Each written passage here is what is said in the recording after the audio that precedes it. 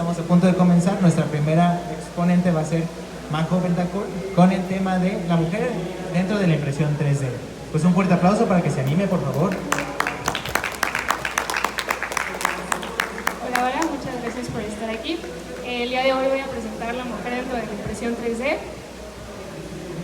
Y bueno, me presento. Yo soy María José Bentancur Tobar, soy ingeniera en mecatrónica y bueno, soy también estudiante de maestría en ciencias de la ingeniería y pertenezco al laboratorio de metamateriales y estructuras ligeras. Bueno, más o menos esta es la agenda que voy a estar llevando. Primero hablaré un poco sobre la brecha de género, sobre todo enfatizando el por qué a mí y a mis compañeras nos hacen esta pregunta de qué tan fácil o difícil es entrar a un mundo a comparación de a mis compañeros.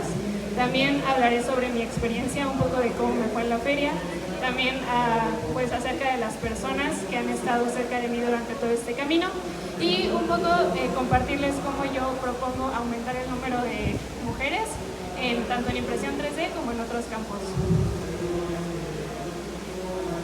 Y bueno, aquí es un poco para enfatizar el porqué de la pregunta hacia nosotras. Y lo primero es que les quiero compartir que conocí el índice global de brecha de género. Yo no conocía sobre él, pero mide como las diferencias que hay entre hombres y mujeres entre distintos ámbitos. Y entre ellos está pues el logro educativo, la participación en oportunidades, la salud y el empoderamiento político. Y a mí se me hizo muy fuerte darme cuenta que o sea, lo que este índice dice hasta ahora en este año es que nos tomará 132 años alcanzar lo que es la paridad de género. Se redujo un poco en comparación de hace un año, se redujo por ahí unos 4 añitos, pero aún así 132 años, pues a mí no me alcanza la vida para ver eso, ¿no? Y bueno, si me preguntan acerca de México, México está en el lugar número 31 de 146 países que participan en este índice. Y bueno, esto porque, o sea, esta falta de paridad se ve también sobre todo en los campos de ingeniería y es por eso que compete esto de ciencias, tecnología, ingeniería y matemáticas y esto también es donde compete a la que es la impresión 3D ya que está fuertemente relacionado con esta área. Y bueno, algo que leí y me hizo mucho sentido fue que las brechas de género comienzan desde la niñez y van aumentando, ¿no? Entonces aquí puse un poco una tabla, no sé si se alcanza a ver por ahí, pero si no se alcanza a ver, es un poco como del lado en donde se ve el lado derecho, del lado blanco, se ve cómo es que va creciendo la brecha de género y del lado rosa es lo que se va pues mermando, por así decirlo, en el proceso, ¿no? Entonces del lado derecho podemos encontrar que se usa el adjetivo inteligente como algo fuera de lo común para una mujer, ¿no? Y que además es inteligente, ¿no? Algo que no es como que es propio de una mujer, por así decirlo. Luego viene la parte de explicaciones no pedidas, que nos explican cuando ni siquiera hicimos nosotras la pregunta. Entonces es un poco esto de por qué siempre me tienes que explicar algo y por qué no puedes como también pensar que yo lo sé desde antes. Y luego viene esta parte de usar la palabra niñas en vez de decir mujeres, cuando a los hombres pues se les refiere como hombres. Y también es esta parte de estereotipar tareas, eso no lo hagas porque es de niñas, eso no lo hagas porque es de niños. Y también, bueno, después de ahí como que escala un poco hacia pues qué carrera decides estudiar, qué profesión optas. Entonces esto también pues nos va quitando como esa confianza a lo mejor de explorar mundos que nos parecen interesantes o que nos llaman la atención y nos quedamos un poquito como atrás hacia esto, ¿no? Y luego se ve todavía más impactado en la brecha salarial, que eso también es pues algo que es importante mencionar. Y bueno, ya después de haber dado como un poco de contexto del por qué la pregunta, les voy a contar un poco de cómo me ha ido en la feria. Y bueno, quisiera empezar con que tanto mi mamá como mi papá ellos son pues expertos en hacerlo, o sea, lograr las cosas con lo que tienen a la mano, ¿no? Entonces, un ejemplo para cada uno de ellos. Alguna vez tuve que hacer eran unos labellos y teníamos que hacerlos nosotros y venderlos. Entonces teníamos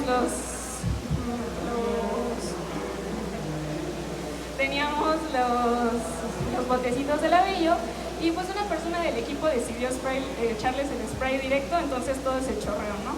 Entonces, pues ya nos habían dado cierto capital semilla, ya no podíamos nosotros como comprar más, entonces dijimos, ¿qué hacemos? Mi mamá me dijo, compramos lijas y los empezamos a lijar, y entonces ahí estábamos, lije y lije y lije, le quitamos todo el exceso de pintura y ahora sí los volvimos a pintar bien, y pues resultó que tuvimos como un buen ranking en ganancias en el reto emprendedor, ¿no?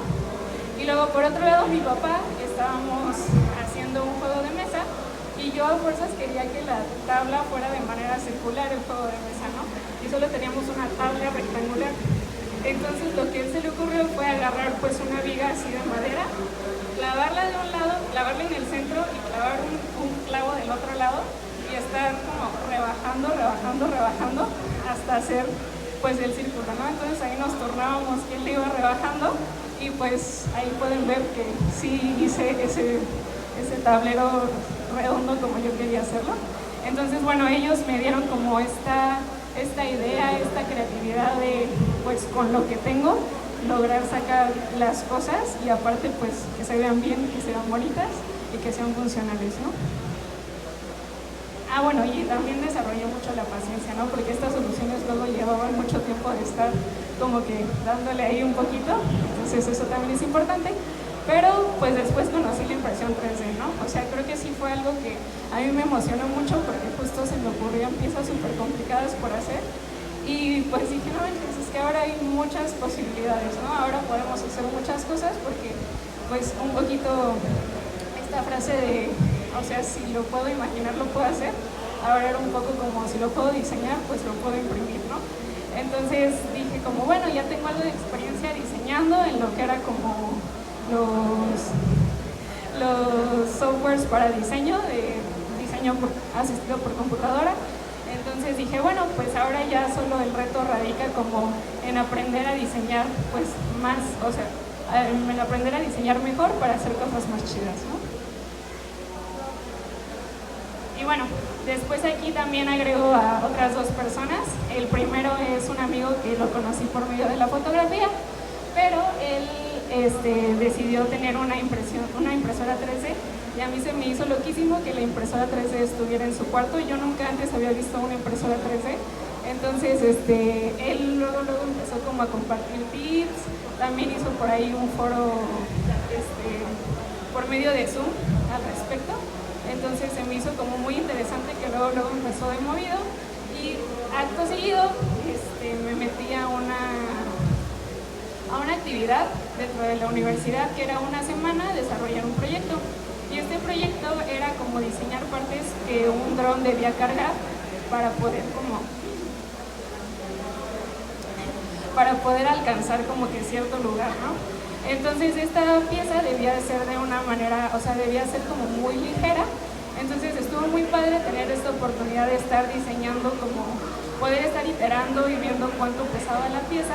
Y ya una vez que hacía esto, yo nada más iba, le pasaba el archivo, el profesor lo imprimía, que era el doctor Rick Swenson, y ya después de que él imprimía, pues ya, o sea, quedaba como a la medida dentro de mi dron, ¿no? Y bueno, también aquí otro amigo decidió comprarse una impresora 3D que es Candelas, y ahí fue donde también como que nos alocamos un poquito más en los proyectos y ya hicimos propuestas más interesantes, ya que pues el grado de complejidad de estar como que, por así decirlo, manufacturando las piezas bajaba y ya podíamos destinar este tiempo para otras cosas del proyecto. Y bueno, aquí quisiera cambiar un poquito el tema y hablar sobre mi amiga Tania, que ella es ingeniera agrícola. Ella hizo un foro durante pandemia de mujeres agrícolas y pues gracias a que todo era pues en línea pude asistir. Entonces se me hizo muy bonito ver que había mujeres inspirando a mujeres, ¿no?, en este foro, y todas eran ingenieras agrícolas y todas lo contaban desde la parte laboral, desde la parte de investigación, desde la parte pues también académica. Entonces ella como que estuvo ahí, dice como haz uno, tú conoces un buen de gente que podría participar. Entonces pues me animé, ¿no? Y ahí fue donde también, por así decirlo, recluté a mi compañera Jacqueline y a mi compañera Ismali. Jackie fue mi primera amiga de la carrera y Ismali fue es una chica que desde los inicios ella tenía muy marcado el interés por la mecánica, entonces me motivó mucho a seguir por este camino, ¿no? Entonces decidimos hacer el foro que le llamamos las 8 de cada 100, que era como la métrica que se tenía de cuántas mujeres optaban por seguir una carrera del área de STEM, que eran 8 entre 100. Entonces, pues estuvo muy bonito el proceso porque fue desde entrevistarlas, conocerlas, algunas no las conocía, a otras sí, entonces fue como conocerlas un poquito más y aparte de todo fue también como ya entrevistarlas en vivo, hicimos transmisiones por Facebook y esas transmisiones llegaron hasta 3,000 personas. Entonces pues estuvo muy emocionante que todas las personas, bueno, todas ellas decían en voz alta y resonaba cada vez más aquí estamos, nosotras podemos hacer cosas geniales y nosotras también podemos, ¿no? En pocas palabras. Y bueno, aquí las agrego a las 13 participantes, por aquí está la doctora Viridiana, que también fue una de nuestras participantes. Todas y cada una de ellas dijeron pues palabras que fueron muy motivadoras, no solo para mí, sino también para las 3,000 personas que estuvieron pues siguiendo este foro desde sus casas. Por ejemplo, la doctora Rocío Alteco y la maestra Fabiola Díaz, ellas están más en el área de ciencias computacionales. La doctora Esmeralda Uribe y Mariana Hernández están más en el área de mecánica. Y bueno, aquí está la doctora Viri, también en la parte de alimentos. Y la doctora Cecilia Treviño, que ella también forma parte del laboratorio de metamateriales en el que estoy ahora. La maestra Alejandra Rosado, que ella fue mi directora de carrera, y ella, pues sí, o sea, te daban ganas de comerte al mundo después de que hablabas con ella, ¿no? Y bueno, todas las demás, que es Claudia, Barbie, Saide, Ana Pau, Diana y Jocelyn, a ellas yo las conocí, o sea, ellas estaban como unos 3 o 4 semestres arriba que yo, entonces me tocaba ver que ellas hacían proyectos muy padres, entonces era como también como que ser la niña chiquita que les veía como hacia arriba, ¿no? A todas ellas.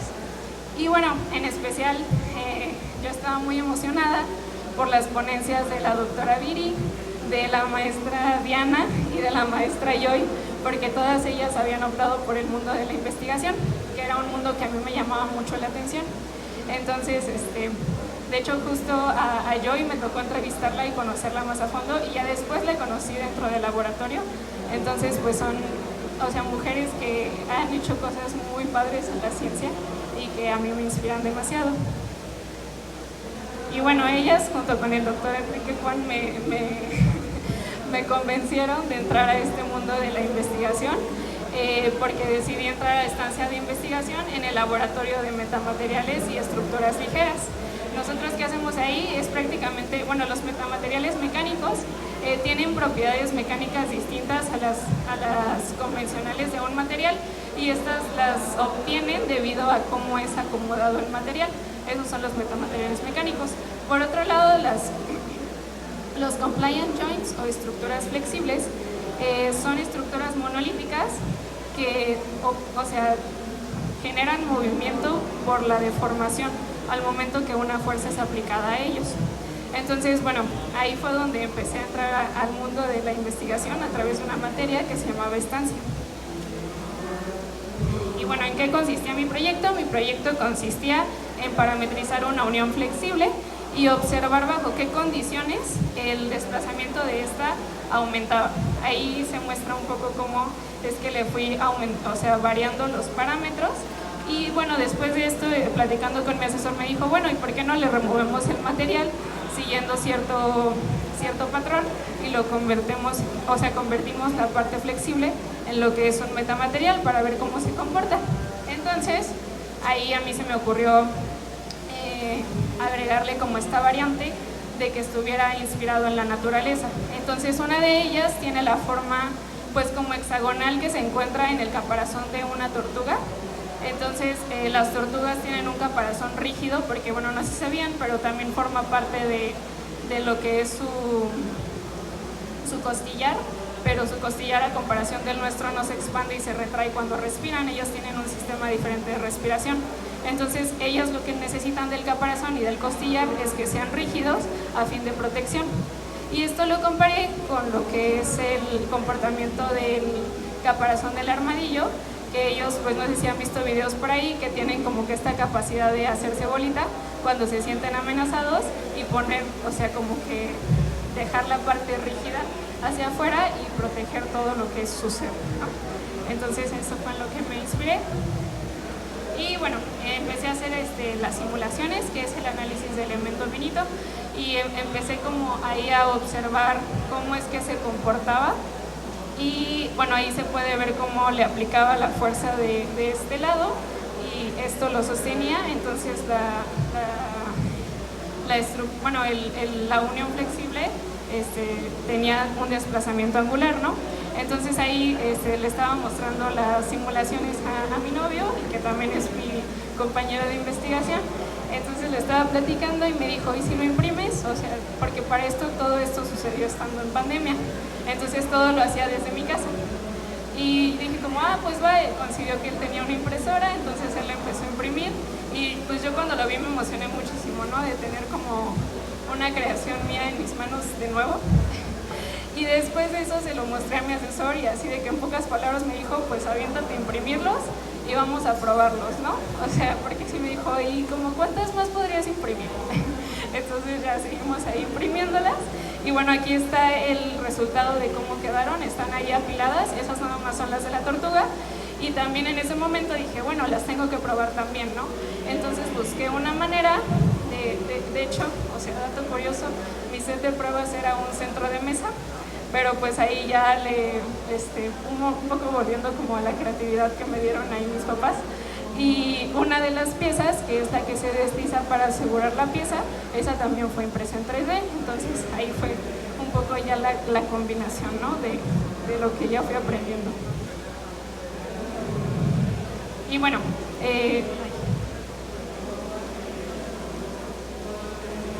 ahí les muestro el video, no sé si se alcance a ver, pero se ve que le aplico la fuerza. La primera no tiene cortes, la segunda tiene los cortes siguiendo el patrón del hexágono y la tercera tiene cortes siguiendo el patrón del armadillo.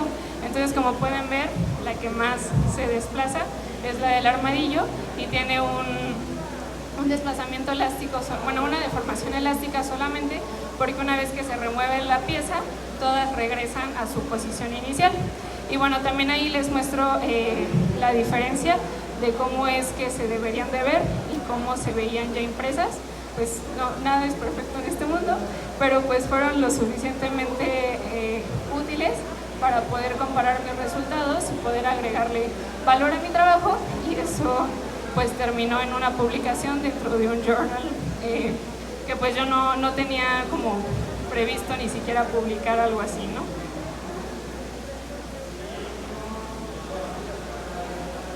Y bueno, después decidí entrar a la maestría porque pues como podrán ver me emocionó bastante lo que obtuve durante mi estancia de investigación.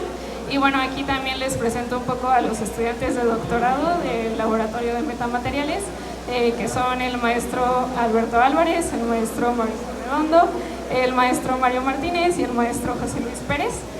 Todos ellos me han estado apoyando junto con mi asesor en aprender cosas que antes no sabía, porque bueno, la maestría es un poco como tomar agua directo de la manguera, o sea, no deja de salir agua todo el tiempo estás aprendiendo nuevas cosas, y sí, pues te salpicas y todo, pero pues al final pues llegas como un punto a saciar como todas estas ganas de aprender, ¿no?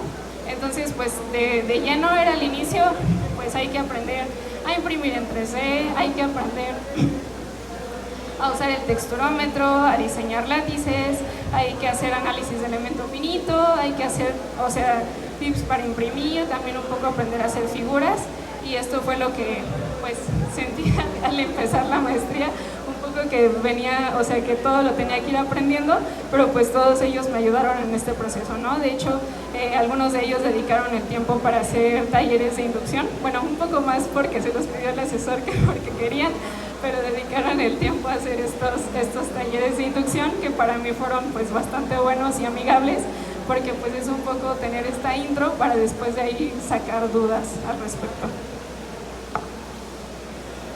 Y bueno, aquí quiero como también pues reconocer y pues agradecer que el Laboratorio de Metamateriales es un grupo de investigación multidisciplinario.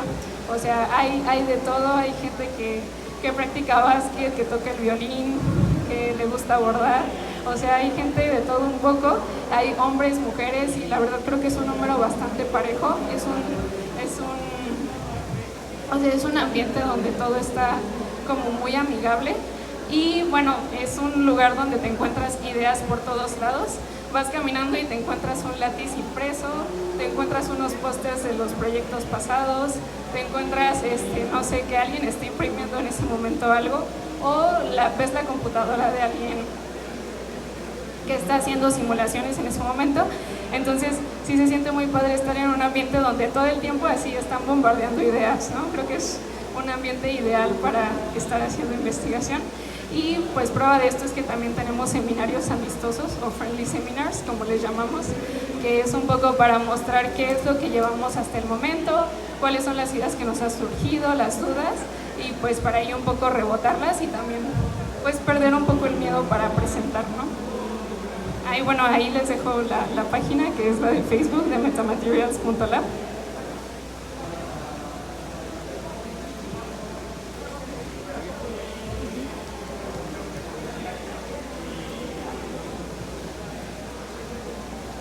Y bueno, ahorita viene como, no sé si durante la presentación fui mostrando varias caritas, y aquí me gustaría juntarlas para pues decir que son las personas que han hecho la diferencia durante mi camino como mujer en lo que es el mundo de la impresión 3D, porque todas estas personas me escucharon, me inspiraron y me enseñaron, y pues cada una aportó algo para que pues el día de hoy esté yo aquí dando esta plática.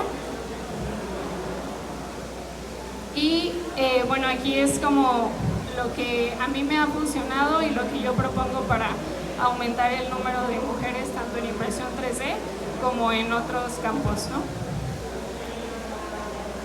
Y bueno, aquí es un poco, tal vez está un poco largo, pero en pocas palabras, Mariel Díaz, que es CEO y fundadora de 3D Tip, ella lo que dice es que hay 3 barreras, que son la financiación, los prejuicios y lo que es la inclusividad. Entonces ella dice que es necesario que se financien las ideas de las mujeres, que muchas veces no son financiadas, también que se dejen atrás los prejuicios, porque esto no hace nada más que crear barreras y pues bloquear los caminos de personas con ganas de hacer cosas, y un poco la parte de inclusividad. Y me llama mucho la atención que ella lo que hace es que invita a que preguntemos tanto a mujeres como a hombres cómo hacer para aumentar el número de mujeres, porque creo que también este proceso de inclusividad nos corresponde a ambos, de pues formar parte y de hacer que nos unamos más mujeres en este camino. Y también un poco dice que es necesario que haya modelos a seguir, así como los modelos a seguir que pues yo tuve durante la carrera, y pues quién sabe, tal vez un día pues ser yo una persona que sea un modelo a seguir para alguien. Eso es algo que me motiva. Y también algo que me parece muy, muy importante es incluir a las mujeres en la toma de decisiones, porque muchas veces ahí es donde empiezan las barreras, ahí es donde empiezan pues a sentirse una hacia atrás cuando no la toman en cuenta en las decisiones, tanto las pequeñas como las grandes. Creo que es un buen paso para empezar, y esto se puede hacer pues si uno está al frente de una organización o siendo parte de una también. Y bueno, aquí un poquito de lo que yo he participado y lo que he visto que ha funcionado. Yo formé parte del programa que se llama Patrones Hermosos. Este es un programa en el que he participado 3 años, que se le enseña a niñas de secundaria a codificar, a hacer código tal cual. Entonces es muy padre, y también como el pensamiento matemático. Es muy padre porque pues son juegos, son dinámicas con las niñas, y también es un ambiente donde ellas ven puras mujeres alrededor y se sienten como emocionadas de estar todas empezando como que esta aventura. Entonces me tocó que la generación que la llevé presencial, pude conocer algunas, y ya ahorita que estoy en maestría voy pasando ahí por la parte donde están los de universidad y ya las veo ellas en universidad. Yo no sé la verdad que estén estudiando, no sé si me recuerden, pero pues me da mucho gusto ver que sí optaron por estudiar pues una carrera y que se ven contentas y están en un ambiente pues sano. Y además de esto, también iniciativas así como la que tuvimos el foro de mujeres se me hace muy importante tener. Y también estuve alguna vez participando en un foro que se llama GE Girls también, que es hacer dinámicas también con niñas. Ese es un poco más corto, pero las ponen a hacer como máquinas de burbujas y también un poco de juegos y de pensamiento algorítmico también, que se me hace muy importante y muy interesante que tengan las niñas desde que están en primaria. Y bueno, nada más aquí es un mensaje de mí para ustedes. No sé cuántos de ustedes sigan tomando exámenes, pero me tocó alguna vez que entregué un examen en blanco porque ninguna de mis soluciones me parecía lo suficientemente buena como para presentarla. Entonces luego pues el profesor al que se lo entregué, que fue el maestro Eduardo Juárez, pues sí me dijo como no, es que, o sea, de menos entrega algo, ¿no? Porque algunos de mis compañeros sí entregaron lo que se les ocurrió y pues a diferencia de mí no tuvieron un 0. Entonces, pues creo que sí me llevé ese aprendizaje. Y también después de eso estábamos en una clausura de un programa en el que yo participé durante 6 meses y yo sí, pues cuando me tocó participar yo dije que yo ni siquiera sabía si aplicar al programa, porque pues a mí como que me causaba cierta inseguridad. Entonces este profesor también o sea, como que se acercó a mí, platicó conmigo y me dijo como, mira, nada más te pasó el dato de que es el que les pongo por ahí, que en un reporte de la empresa de HP sacaron ahí como conclusión que las mujeres solo aplicaban cuando ellas sabían que tenían el 100% de las aptitudes que se pedían, a diferencia de los hombres que ellos aplicaban solo teniendo el 60%. Entonces pues aquí las invito a que apliquemos si es algo que nos interesa, si es algo que nos motiva y que no nos quedemos hacia atrás solo por querer tener la solución perfecta o ese 100%. Y bueno, ya nada más para terminar, cierro con esta frase de si enseñamos a las niñas a ser valientes y formamos una red de apoyo para que las impulse, crearán muchas cosas increíbles. Y pues muchas gracias por su atención.